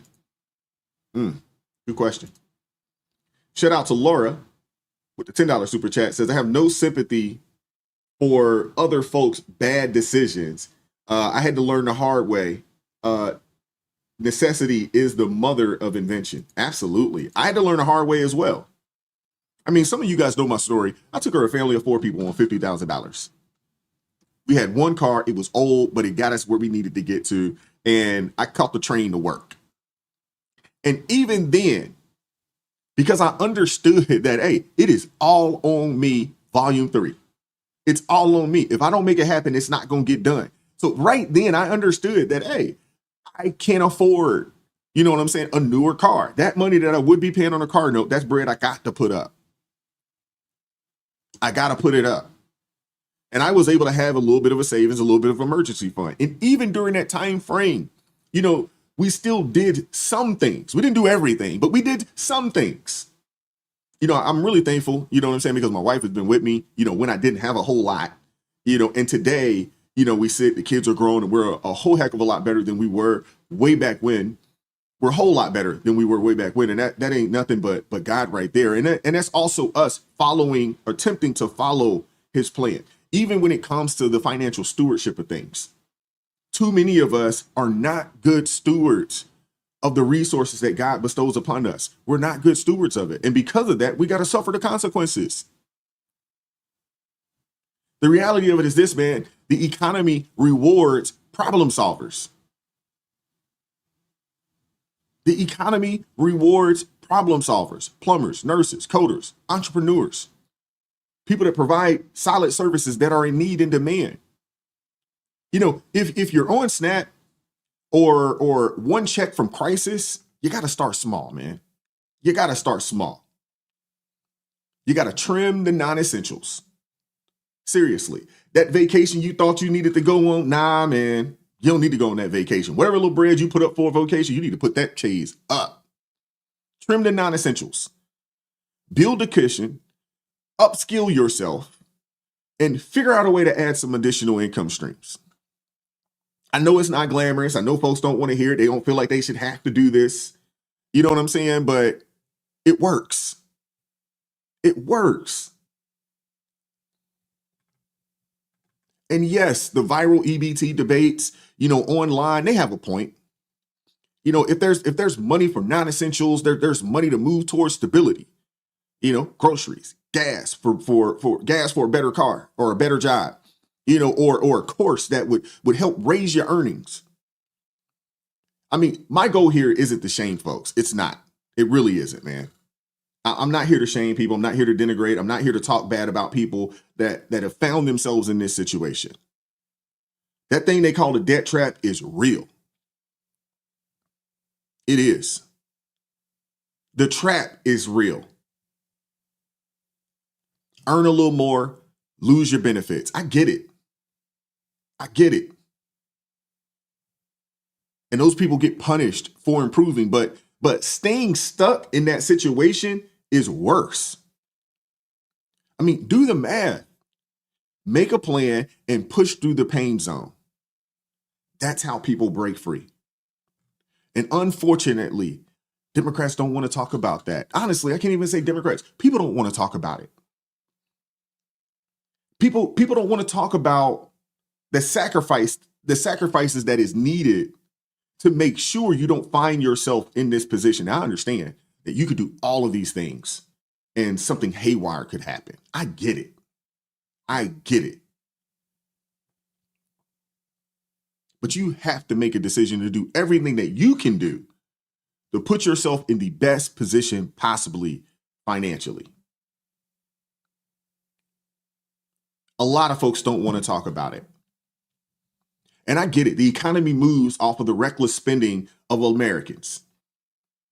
The economy moves off of the reckless, irresponsible spending of Americans.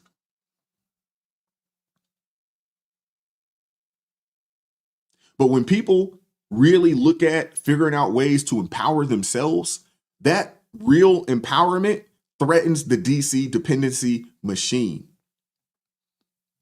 And now instead, they're playing shutdown chicken, blocking a clean continuing resolution that would have kept funding flat with no cuts, just stability through the holidays. And the reason why they're doing it is so that they can continue to jam higher SNAP payouts, free health care for illegals, and zero work requirements. And also fund their little pet projects around the world, you know what I'm saying, to get that daggone USAID money back in their coffers. On CBS's Face the Nation, they pressed Hakeem Jeffries on why Democrats tanked a bill that would have protected SNAP and federal paychecks. And his answer was, it was just classic deflection. Blame Trump, talk vulnerability, and pretend that rejecting a clean CR was some moral high ground. But when you roll the tape, I mean, it's clear. This isn't about compassion. This is solely about control. Simple as that.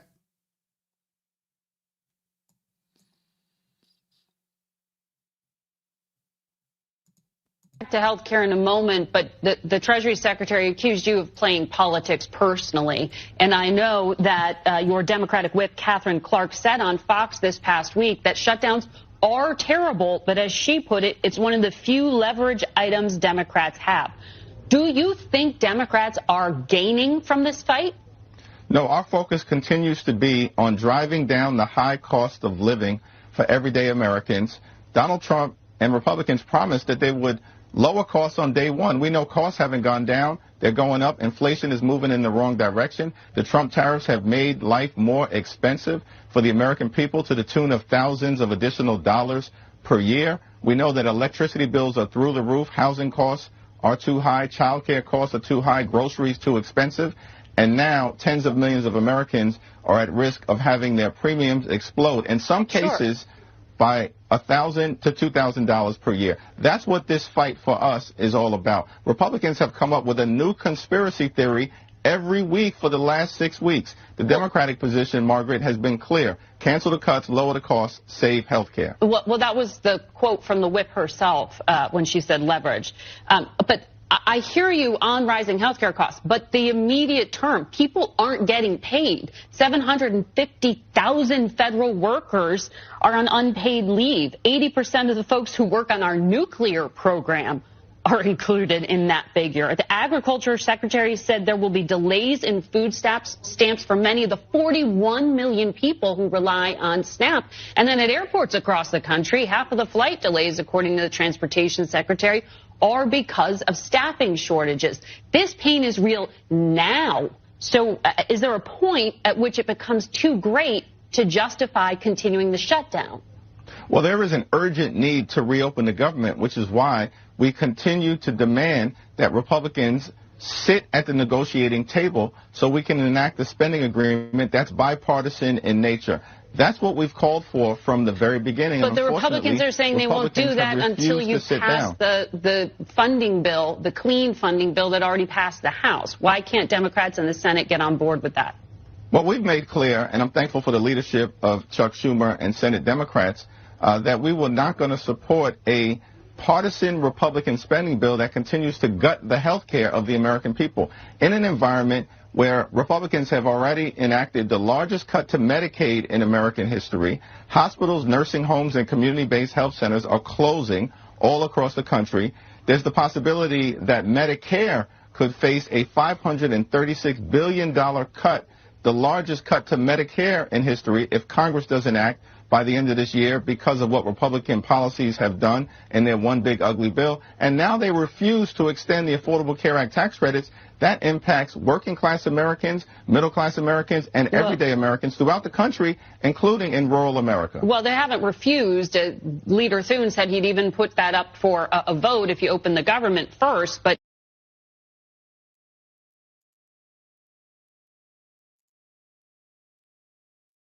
this dude is full of sugar honey iced tea. Seriously. So yeah, Democrats are in trouble, man. You know, when Face the Nation starts grilling you, you know it's a bad sign. Here's the reality. Republicans have put a clean CR on the table, the same kind Democrats supported under Biden, and now all of a sudden, it's unacceptable unless it includes extensions for Obamacare subsidies and other liberal priorities disguised as health care. That's not compassion, folks. That's not compassion. It's leverage. They're keeping the government shut to squeeze in unrelated policy wins. Meanwhile, unions are losing patience. Workers don't want talking points anymore. They want their paychecks that they've already earned. And the pain is real. Federal employees are missing pay. Services are being disrupted, and the aviation system's cracking under the pressure. LAX even went to a brief ground stop over the weekend as air traffic controllers, unpaid for nearly 4 weeks at this point, reported major staffing shortages. People are just saying, hey, I'm not getting paid. I'm not going to work.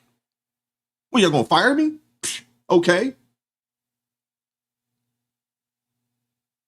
Folks are just like, hey, I got some time. I'm just going to call in. I ain't going to work. Y'all want to pay us? I'm not going to work.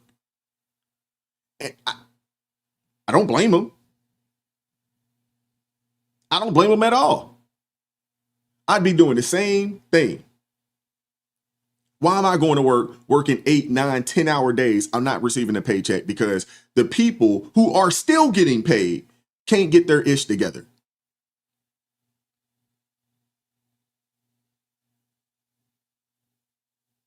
I mean, this is what political leverage looks like when it hits real life. And the Democrat sticking point, those enhanced Obamacare subsidies.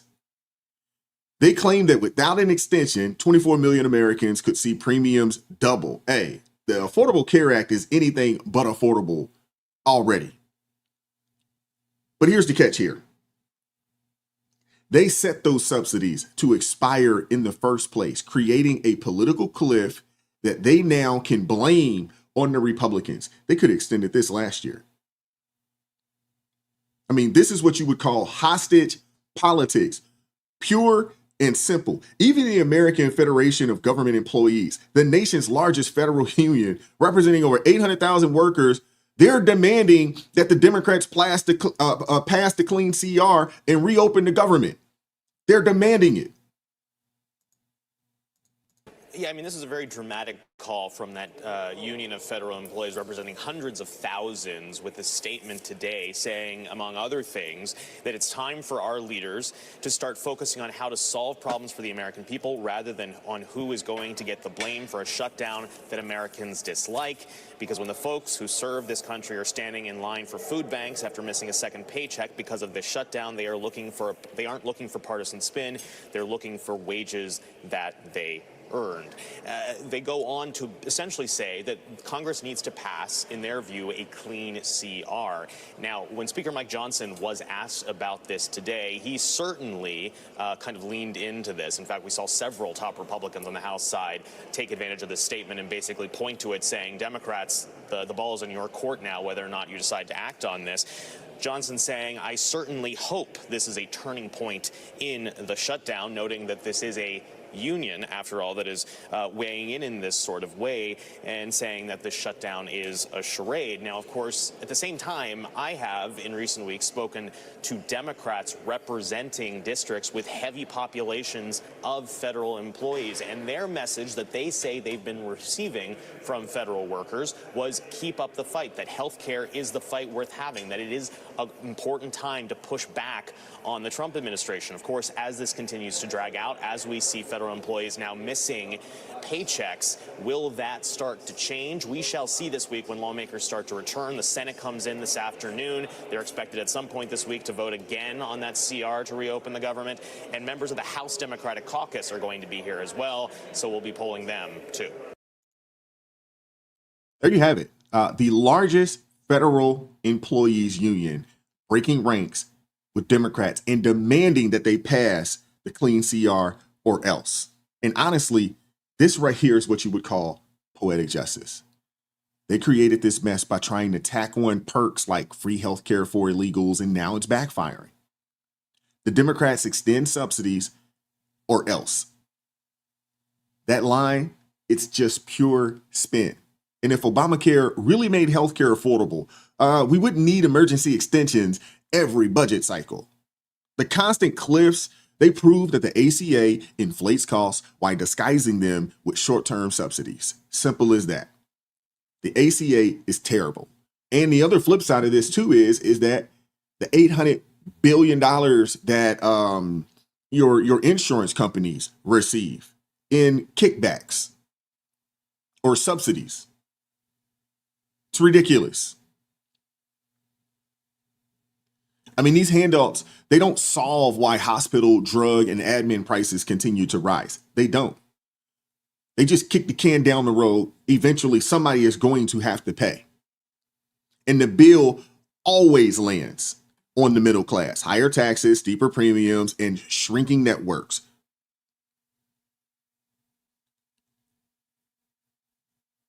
This is ugly.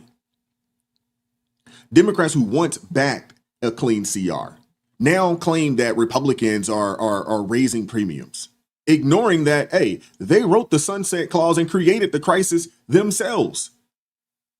Republicans never backed those temporary boosts to begin with, but now Democrats are boxed in by their far left base.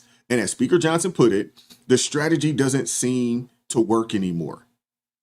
Let's take a listen to Speaker Johnson.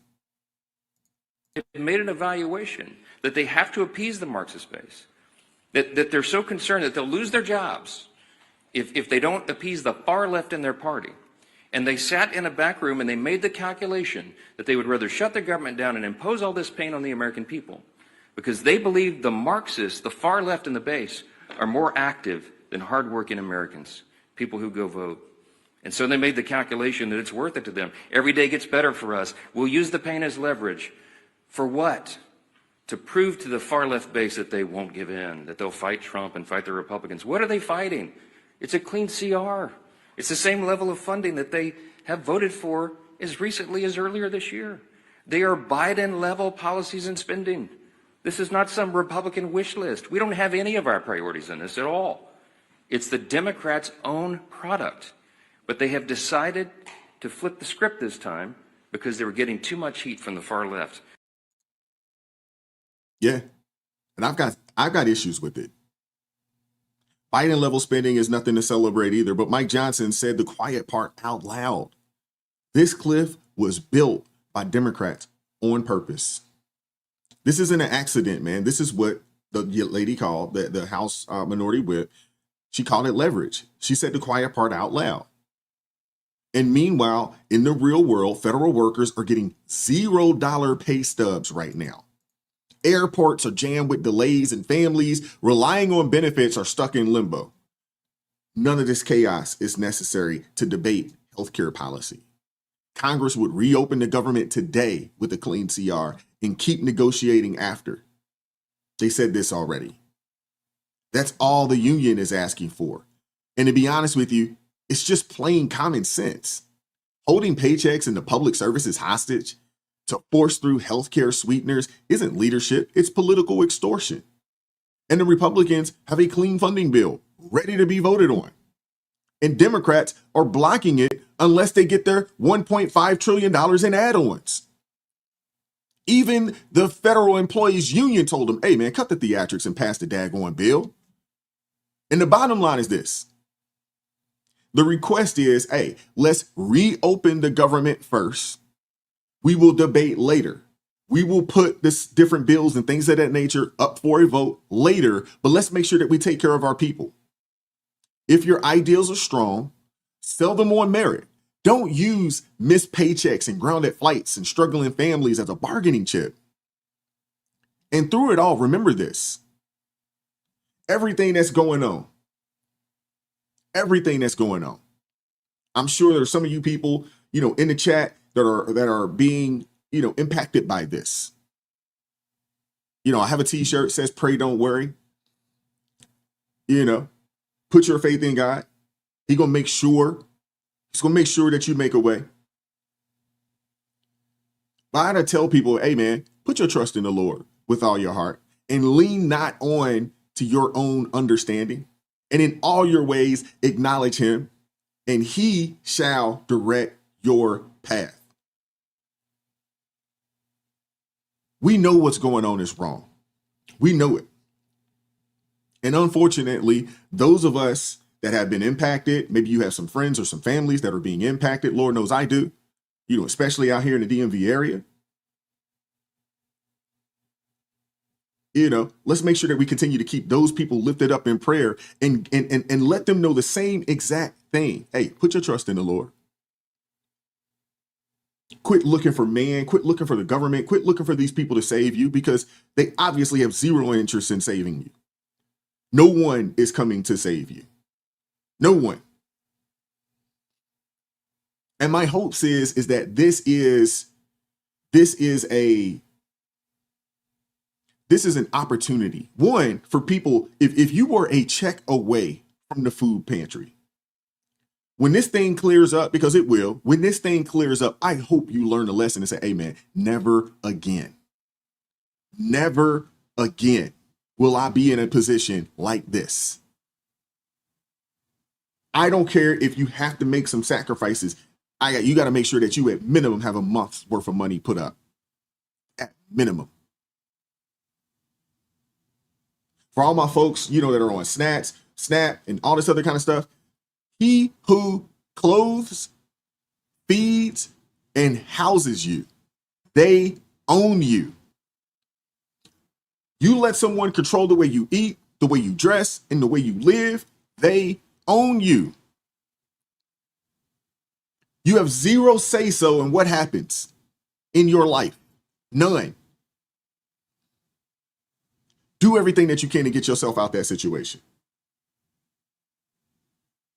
And I know it's going to be tough, but life is tough.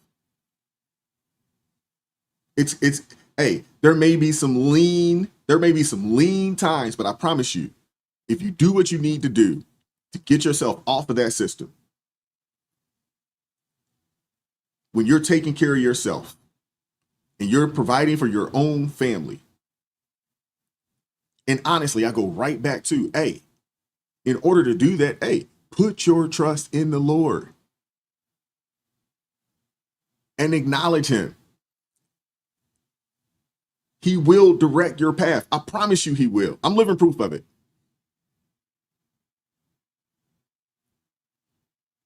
I'm living proof of it. We're not out here supposed to be navigating this world alone. We're not. We're not.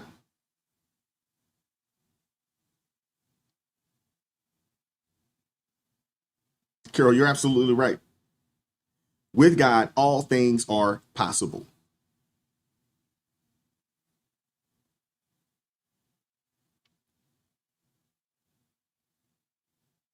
You're absolutely right, Leslie. The borrower is always slave to the lender. We have entirely too many people putting themselves in these compromising positions, trying to keep up with the Joneses, trying to look a certain way, when in all actuality, don't nobody care. Don't nobody care what you live in. Don't nobody care what you drive. Don't nobody care. Some people might say, ooh, nice car, and they'll move on with their day.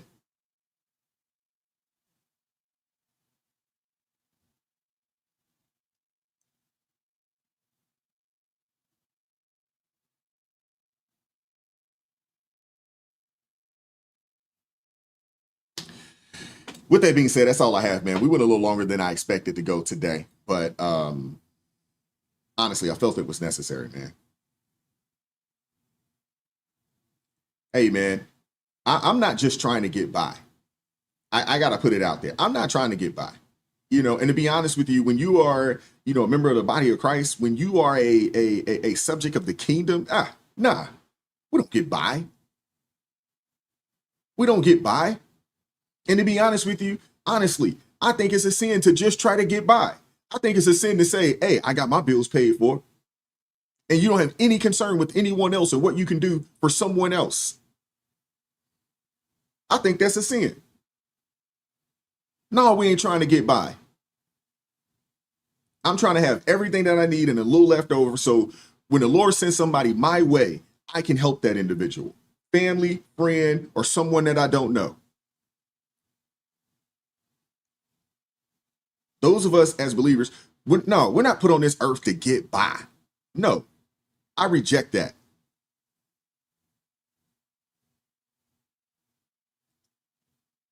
No, we're supposed to be solid financial stewards. Yeah, we need to have everything that we need to have to take care of what we need to have, and then we should be praying for a little more. So when God sends your brother or your sister and they have a legit need, you can fulfill said need.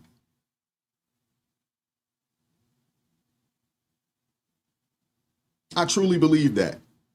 Too many of us, I think that's demonic thinking to think about only yourself. How selfish are you to focus on only you? No.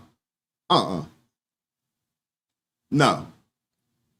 That is a selfish way of thinking, to focus on, I got mine. You're going to have to figure out how to get yours. Thank God I got what I need to take care of my family.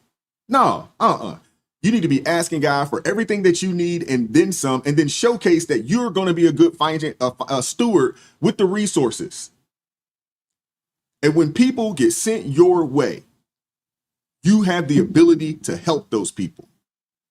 Because obviously we can see it right now. There are people that are in help. You got yours, but you can't help your brother or your sister out there that's in the food line, that's at the pantry, because you got yours. That's demonic thinking right there, bro. That's not what we're supposed to be doing. Seriously, that is not what we're supposed to be doing. I'm telling you, this is an opportunity right now for the body of Christ to show up and show out. There are people that are in need right now. We know it. There are people that are in need right now. This is an opportunity to go show up and show out and let the people know when you go give it, let them know where it came from.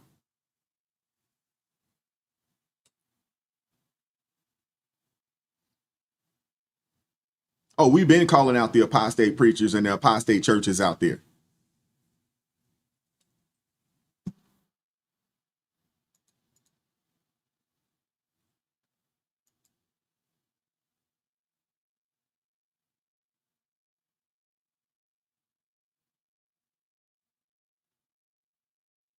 Couple of super chats I want to read real quick. All righty. Says she has no sympathy for other folks' bad decisions. I had to learn the hard way. Necessity is the mother to invention. I think I read that. Thank you, Laura, for the $10 super chat. Shout out to Ted with the $2 super chat. Says in Southern Maryland, the feds are our highest paid in this area. Oh yeah, absolutely. I already know. Shout out to Malachi with the $5 super chat. Says, pray for me, y'all. I'm taking a Congo woman out on a day in a week. Did you say, is it a date or a day? I'm assuming date. Side note, just crossed into West Virginia. Shout out to you, brother. Be safe out there, man. Shout out to Mr. Largy for the $5 super chat. Says, I'm in Queens, New York City. Unfortunately, many of my neighbors are brainwashed victims who feel they deserve freebies and handouts. The result is Mondani shaking my head. Goodness gracious. And thank you, Be Wise, for the $10 super sticker. I appreciate you. Thank you very much for supporting the channel this morning. Thank you guys very much. I think he meant date. Okay, I thought so. He said taking a Congo woman out for a date. Okay, brother. All right. But hey, we don't need to get down on the word. I think we can get down on the churches, but at the same time, you know, if you are someone that has been in the word, you will understand that, hey, there's some apostate preachers. There are some false teachers out there. It tells you that this is going to be the case. So we shouldn't be surprised, nor should we turn our nose or turn our backs on the church. We just need to do everything that we can to make sure that we find the proper bodies of Christ. We need to find those people that we can fellowship with. We know, but the thing too is that if you get into the word, you get into the word for yourself. Soon as you hear it, soon as you see it, you'll be able to identify it. The problem is there's not enough people in the word for themselves for them to be able to identify when something is wrong. There's not enough people. There's not enough people taking that time to get in their word so they have an understanding and asking for wisdom, asking for discernment. So therefore, when you do go to a church and you hear something that don't sound right, and then you hear it again, and then you hear it again, at that point, you got to make a decision. Nah, this ain't it. This place isn't it. And I don't care who's there, friends, family, I don't care who it is. Wrong is wrong. You know, as an old bishop used to say back in the day, he used to say, hey man, don't let somebody send you to hell for a chicken box and a half and half. If you're from Baltimore, you know, if you know, you know. You know what I'm saying? Hey, don't go to hell for nobody. If you're gonna go for yourself. But don't go for nobody else.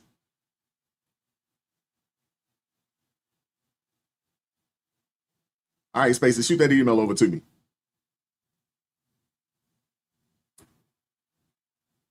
But with that being said, we're going to get up out of here, man. I didn't realize, man, we're almost at the 2-hour mark. Wow.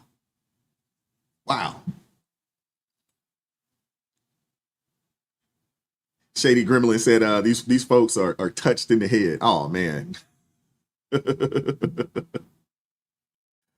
Oh, that's sad, man. It is sad to see it. It's sad to see it. It's sad to hear it.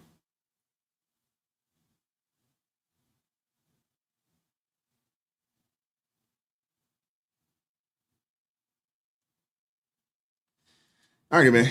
We're going to get up out of here, man. I appreciate you guys, pulling up this morning. I hope you guys enjoyed the show. Went a little longer than I expected. I was just telling my guy, Jeff, the other day that, hey, man, my plan is, man, try to keep the show between an hour, hour and a half, no more than that, like the hour 15 sweet spot. And here we are at 2 hours. And I didn't even bring anybody on the show today. Just me.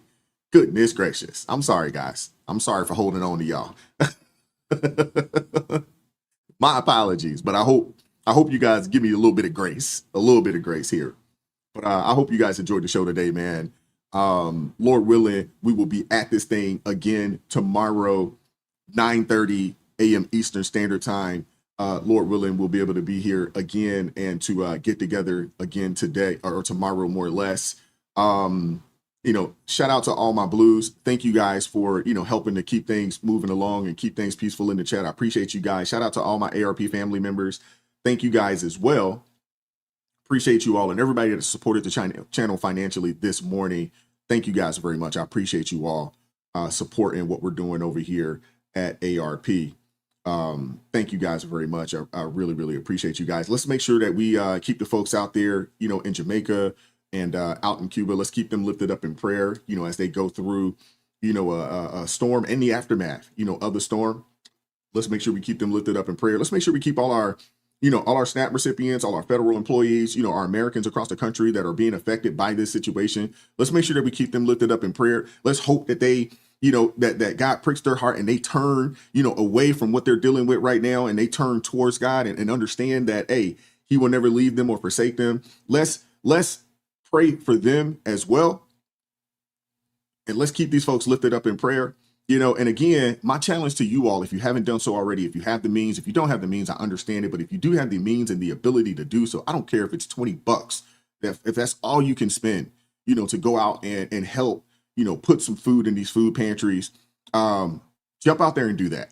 There are a lot of people out there in need. Obviously, we know there's 40 million people, and that's not including the federal employees that are, right there, in those same pantry lines.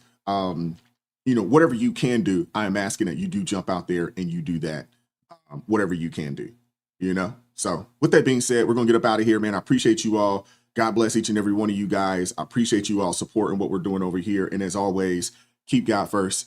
Stay prayed up. Stay prayed up. It is crazy out here in these streets.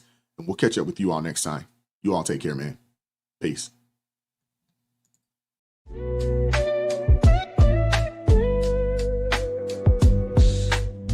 Vibes so right.